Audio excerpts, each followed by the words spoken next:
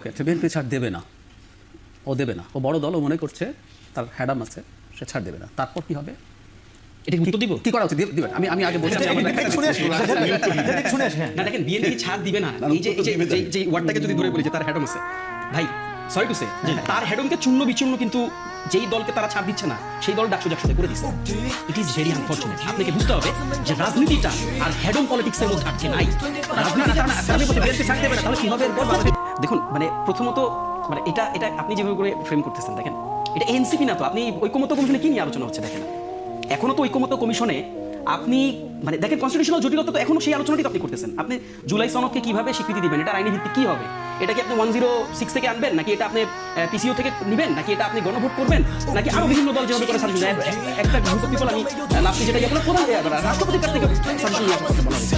তো আপনি কি নিয়ে ডিসকাশন দেখেন, আপনি কিন্তু দিন শেষে মানে এটা আমি আমাদের যারা এখানে আছেন অসংখ্যবার আমি সবার কাছে ইতিমধ্যে অসংখ্যবার শুনেছি। এটা যেই ঘটনাটা আসলে ঘটার কথা ছিল প্রথম দিকেই জুলাই বিপ্লব জাস্ট ইমিডিয়েটলি যে ঘটনাটা আসলে হওয়ার কথা ছিল, সংবিধানকে আপনি বিলুপ্ত ঘোষণা করে বিপ্লবী সরকারের যে ফর্মুলা সেটা আমরা যেতে পারতাম, সেই ভুলটা আমরা সবাই মিলে করে ফেলছি। এখন প্রবলেমটা কি হচ্ছে? প্রবলেম হচ্ছে 72-এর সংবিধান ডেট না আমি রাজ্জাকি ভাইকে মানে উনি যে জায়গাটা ছেড়েছেন আমি ওই জায়গাটাতেই জাস্ট যদি আমি ক্যারি ফরওয়ার্ড করি, দেখেন এটাই তো বাস্তবতা। আমরা যখন বলেছি আমরা তো ওই দাবি শুনে নতুন সংবিধানের দাবিতে আমরা নতুন সংবিধানের দাবিতে আমরা 64 জেলা আমরা ঘুরেছি, মানুষের কাছে গিয়েছি। আমরা তো এখনো সেই দাবি থেকে সরে আসিনি। শুধুমাত্র রাজনৈতিক সৌজন্যতা, রাজনৈতিক ভদ্রতা, রাজনীতির যে নর্মস কার্টেসি এবং আলোচনার সাপেক্ষে আমরা যে দাবিকে মোটা দাগে আনতেছি না, তবে আনতে হবে। এটা আমি আপনাকে একটু বলে যাই। আপনি যেই জটিলতার মধ্যে পড়ে আছেন, আপনি এই জটিলতা থেকে যদি আপনি সত্যিকার অর্থে বের হইতে চান, আপনি দেখেন এত বড় গণঅভ্যুত্থান হয়েছে, আপনি জনগণের যে অভিপ্রায় ছিল সেই অভিপ্রায়ের যে রিফ্লেকশন, এই রিফ্লেকশন যদি আপনার কনস্টিটিউশনে না পড়ে তাহলে আপনি দিন শেষে কি করবেন? দিন শেষে তো আপনি ওই দেখেন জটিলতাটা যেখানে থেকে যাবে সেটা হচ্ছে যে আপনি দেখবেন যে নেক্সট পার্লামেন্ট যে দল বড়, যে দল ক্ষমতায় যেই দলই আসবে সে তার সেই দাদাগিরিটাই দেখাবে। আর যেভাবে করে আমরা দেখেছি একেবারে রাতের আধারে দিনের জাস্ট প্রথম ঝলকে আমরা দেখেছি তত্ত্বাবধায়ক সরকার নাই হয়ে গিয়েছে, দিনের ঝলকে আমরা দেখেছি যে হুট করে প্রধান বিচারপতির ক্ষমতাকে হ্রাস করে দেওয়া, যেই ফর্মুলায় আসলে স্বৈরাচারিতা তৈরি হয়েছে এত বছরে, সেই জায়গায় সেই দরজাগুলো কি আপনি বন্ধ করেছেন? করেন নাই তো। করার জন্য কি আপনি স্টেপ নিছেন? নেন নাই তো। আপনি তো প্রথম দিনই বলছেন না আপনি রাষ্ট্রপতিকে সরাইলে এখানে কনস্টিটিউশনাল জটিলতা তৈরি হবে। আরে ভাই আপনি যদি রাষ্ট্রপতিকে সরাইলে কনস্টিটিউশনাল জটিলতা তৈরি হয় তাহলে তো আমরা বলছিলাম কনস্টিটিউশন সরান। আপনারা সেই জায়গাটা তো জানেন, সেই কথা না আপনাকে সরাইলে তো কোনো জটিলতা থাকতো না। কাজে দেখেন আমার কাছে মনে হয়েছে যে আমরা বড় সমস্যাটাকে রেখে দিচ্ছি।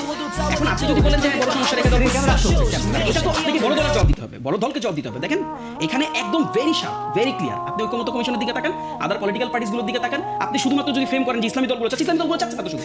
এখানে আপনি জুনায়েদ সাকিব ভাইয়ের বক্তব্য শুনেন, আপনি মাহমুদুর রহমান মান্না ভাইয়ের দলের বক্তব্য শুনেন, আপনি এবি পার্টির বক্তব্য শুনেন, এনসিপির বক্তব্য শুনেন। এই পার্টিগুলো ইসলামিক দল না। এবং আপনি যদি জাস্ট অপোজিশনে আপনি যাদেরকে দেখছেন শুধু বিএনপি দিকে যদি আপনি তাকাই, তাদের বক্তব্য তো প্রথম দিক থেকে তারা এরাম এখন ছাড় দেওয়ার প্রবণতা তো তাদের মধ্যে থেকে আসতে হবে। ঠিক আছে ভাই, একটু এই যে যদি বললো যে বিএনপির দিক থেকে ছাড় দেওয়ার একটু আগেই সারোয়ার তুষার বলেছে যে জাতীয় ঐক্যমত্য কমিশন এখন সালাউদ্দিন কমিশনে রূপ নিয়েছে, তাহলে কি মানে বিএনপির কাছে সবাই কি হেরে যাচ্ছে বিষয়টি তাই? আচ্ছা হারজিত, আমি যদি এভাবে প্রশ্ন করি একটু ডেভিস অ্যাডভোকেট, বিএনপি ছাড় দেবে না, ও দেবে না। ও বড় দল, ও মনে করছে তার হ্যাডাম আছে, সে ছাড় দেবে না। তারপর কি হবে? এটা উত্তর দিব, কি করা উচিত দিবেন? আমি আগে বলছি না দেখেন বিএনপি ছাড় দিবে না। এই যে ওয়ার্ডটাকে যদি ধরে বলি যে তার হ্যাডম আছে, ভাই সরি টু সে তার হ্যাডমকে চূর্ণ বিচূর্ণ কিন্তু যেই দলকে তারা ছাড় দিচ্ছে না সেই দল ডাকসু জাকসুতে করে দিচ্ছে। It is very unfortunate. আপনাকে বুঝতে হবে যে রাজনীতিটা আর হ্যাডম পলিটিক্সের মধ্যে আটকে নাই।